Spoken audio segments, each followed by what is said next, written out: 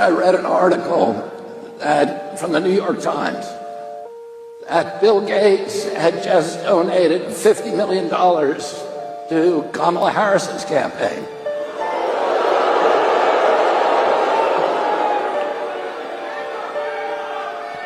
And the article said that it was the first donation that he's made in 20 years, that he stayed out of politics, that he's been bipartisan. It was a dark money donation. He didn't intend for it to be public. He routed the donation through a 501c4, which was an organization that was set up to conceal large money donations to the Harris campaign. Now,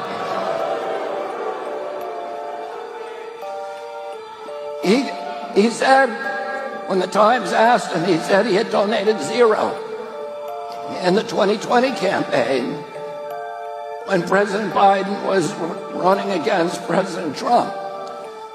And he said this campaign is different than any other. And so he felt the need to do this. Now, do you think Bill Gates made that donation out of a patriotic impulse? Do you think he made it out of a humanitarian impulse? Do you think he made it because he wants global health?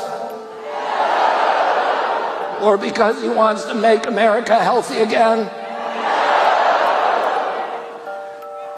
Well, there was something else, another article about Bill Gates that came out today that said he's just been indicted.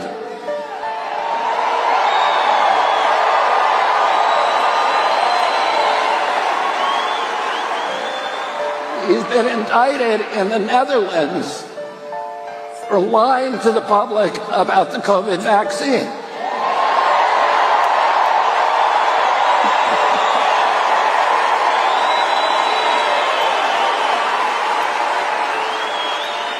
And he's going to have to go to trial. You think that he wants to go to trial here in the United States of America? So these people that have had this vaccine, I'm sorry to tell you, you've compromised your body. You have compromised your health. And one cardiologist said, by having the jab, you've compromised your heart 100%. This is what the government has done to you. This is what the bureaucrats have done to you. You led like sheep to the slaughter over having this vaccination against your will. My father was killed in '68, around the time, I forget the year that Stonewall happened. 1969 was Stonewall. So it was a year before Stonewall. But my uncle, Ted Kennedy, became the first real gay rights activist in the United States Senate. In 1980, when he ran for president, he was the first presidential candidate in history to actively court the gay vote. I campaigned with him and then many times without him in the Castro up in San Francisco. And that was at a time when no politician was going there. Teddy was the only one. And then Teddy was chair of the Senate Health Committee for 50 years. And one of his biggest issues was making sure that AIDS research was fully funded. He had a famous battle with Anthony Fauci at that time, who was trying to ban any kind of therapeutic drugs. He was trying to steer all of the business toward AZT, which was his drug with GlaxoSmithKline, which was then called Burroughs Wellcome. And there were many all of the symptomology of AIDS were other diseases for which there were therapeutic drugs. And Dr. Fauci was trying to prevent people who were suffering from AIDS from acquiring those drugs. And that's why there were then buyers clubs, famously the Dallas Buyers Club, There were buyers club in all the big cities with gay populations in San Francisco, Los Angeles, New York, Dallas, etc. And those were people who were going to foreign countries to buy illegal therapeutic drugs to bring them back to the United States, to give them to people who were suffering from AIDS and who did not want to get on the AZT regimen, which was killing people. John Lawrenson, who was one of the most famous researchers and journalists in the AIDS community at that point, estimates that 330,000 gay men were killed by AZT between 1989, I think it was approved, and 2019, particularly in the early days.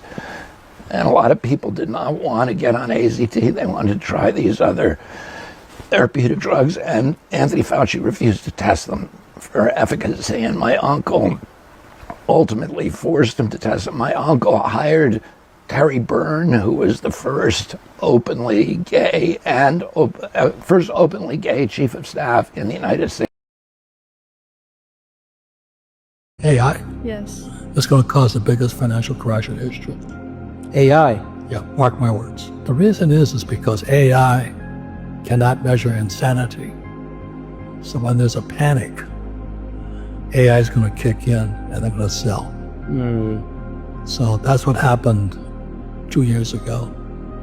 Silicon Valley Bank, the machines went off and it nearly destroyed the whole bank. So my prediction is that artificial intelligence is going to cause the biggest banking crash in history. We're about 3 or 4 months away from it right now. What about at job positions, when it comes to job positions? I don't even know this, but unemployment's going through the roof. All technology workers, all the guys who thought their jobs were safe, that like Google, Amazon, Apple, Tesla, they're letting people go like crazy. You be the judge. If you're awake, you already know what comes next. Support the movement. Show where you stand. Your voice carries further than you think.